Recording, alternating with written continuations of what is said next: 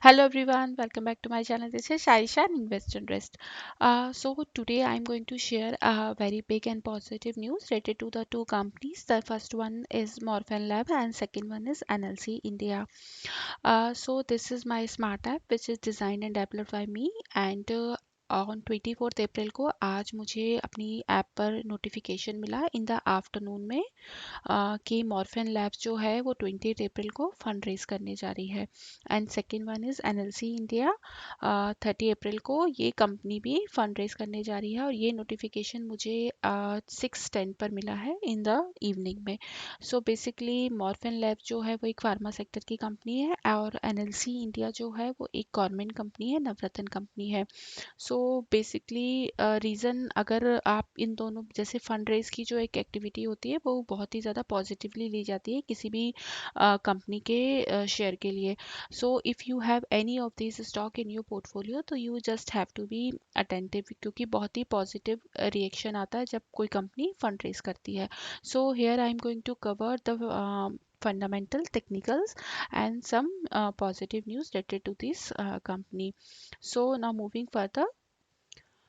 So first one Morphin Lab और this is a basic parameter investment checklist और आप देख सकते हैं कि यहाँ पर राइट नाउ जो मॉर्फिन लैब्स है वो 50 रुपीज़ के आसपास ट्रेड कर रहा है और अभी थोड़ा सा इसमें स्लाइटली करेक्शन आया है क्योंकि बहुत ज़्यादा हाई मोमेंटम इसमें ऑलरेडी 15 to 20 मतलब लास्ट 1 मंथ से क्योंकि फार्मा सेक्टर इस समय थीम में भी है ड्यू टू कोविड की वजह से जिस तरह से अगेन जो मतलब एक तरह से एनवायरनमेंट है वो फार्मा सेक्टर पर ही पूरा पूरा और मतलब बेस्ड हो गया है तो माइट भी ये ट्रेंड जो है वो कंटिन्यू रहे। सो आप थोड़ा सा इस तरह के स्टॉक्स जो हैं वो आप नोटिस में रख सकते हैं। बाइंग सेलिंग की कोई रिकमेंडेशन मैं यहाँ पे नहीं दे रही हूँ, जस्ट एक कंपनी का ओवरव्यू दे रही हूँ और इससे जो न्यूज़ आ रही है इतनी पॉजिटिव फंड रेजिंग की वो यहाँ पे मैं हाईलाइट कर रही हूँ। सो इन्वेस्टमेंट चेकलिस्ट में से आप देख सकते हैं रिटर्न वर्सेस एफडीज का बहुत अच्छा है। डिविडेंड ये कंपनी ऑफर नहीं कर रही है। Entry point consider to good as a stock is not in a overbought zone and the no red flag. यहाँ पर आप ये सारी चीज़ें हैं और थोड़ा सा मैं यहाँ पर इसका फाइनेंशियल ट्रेंड आपको दिखा सकती हूँ कि आप देख सकते हैं कि रेवेन्यू और जो प्रॉफिट है वो मतलब ऑलमोस्ट इंक्रीजिंग मैनर में ही है। आप देख सकते हैं रेवेन्यू भी इंक्रीज हो रहा है और प्रॉफिट भी इंक्रीज हुआ है 2020 में। सो अभी माइट भी ये थीम कंटिन्यू रहे फार्मा सेक्टर की। नाउ मूविंग फर्दर ये यहाँ पर मैं इसका टेक्निकल शेयर कर रही हूँ और आप देख सकते हैं एक बहुत इंपॉर्टेंट सपोर्ट मतलब ब्रेक अप यहाँ पे सपोर्ट को तोड़ा है। इसके बाद ही ये कैंडल आप बहुत ही बिग मारी बोझो कैंडल बनी थी वन डे में। तो ये शो करती है और ये जिस तरह से दो कैंडल्स बनी थी तो ये वॉल्यूम जो है माइट भी ये जो न्यूज़ है वो पहले से ही बैकएंड पे पता चल जाती है फंड रेजिंग वगैरह की तो इसलिए ये स्टॉक जो है उतना हाई मोमेंटम दिखा रहा हो। सो आप थोड़ा सा इस स्टॉक को नोटिस में रख सकते हैं बिकॉज स्टॉकिस्टिक्स आरएसआई भी जो है वो पॉजिटिव ही यहाँ पे मोमेंटम शो कर रहा है। बट सबसे इम्पॉर्टेंट जो सपोर्ट है वो 44-45 के अराउंड है। नाउ इससे जो एक बहुत ही अच्छी पॉजिटिव न्यूज़ है वो मैं यहाँ पे हाईलाइट कर रही हूँ। आप देख सकते हैं ये जो न्यूज़ है वो वन डे बिफोर की है, 23 अप्रैल की है। And market to consolidate further, pharma sector to be a hot cake this year as well। ये IIFL सिक्योरिटीज़ के संदीप भदौरिया जी ने बोला है जिसमें से उन्होंने कुछ पर्टिकुलरली कुछ स्टॉक्स का नाम लिया है जैसे कि यहाँ पे मैं हाईलाइट कर रही हूँ। Speaking to CNBC TV18, he listed out the certain stock including Tata Steel, SAIL, Tata motor और मॉर्फिन लैब्स का भी यहाँ पे नाम है and SBI for better returns. So आप अपनी वॉच लिस्ट में इस स्टॉक को रख सकते हैं। And next is NLC India.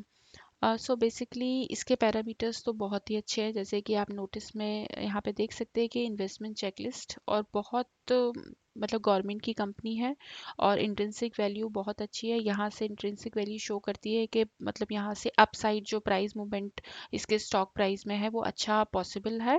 Return versus FT भी बहुत अच्छी है। कंपनी डिविडेंड भी देती है। Entry point consider to be good and stock is not in a overbought zone and कोई इस पर रेड फ्लैग भी नहीं है।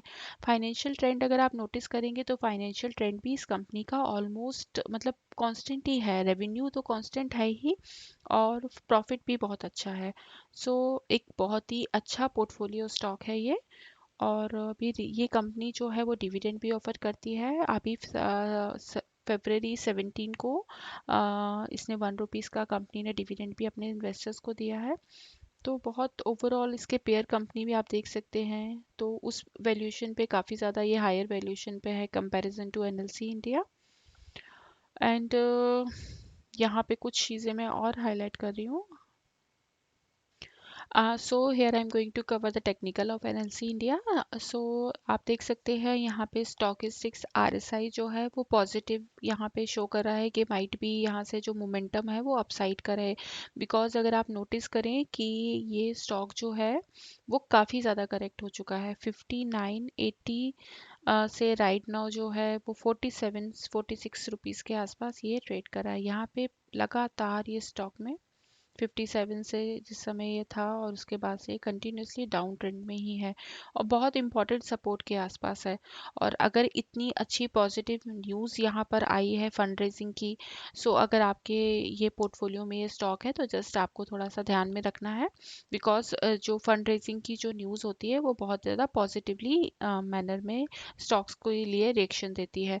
सो प्लीज़ आप इसमें वॉच लिस्ट में रखिए अपने स्टॉक्स दोनों ही, Morepen labs and NLC India. So please किसी भी स्टॉक में इन्वेस्ट करने से पहले आप डू द सेल्फ एनालिसिस। और यहाँ पे बाइंग सेलिंग की रिकमेंडेशन नहीं दे रही हूँ, बट जस्ट जो न्यूज़ थी से रिलेटेड, दोनों स्टॉक से रिलेटेड एनएलसी और मोरफेन से, वो मैंने यहाँ पे शेयर की है।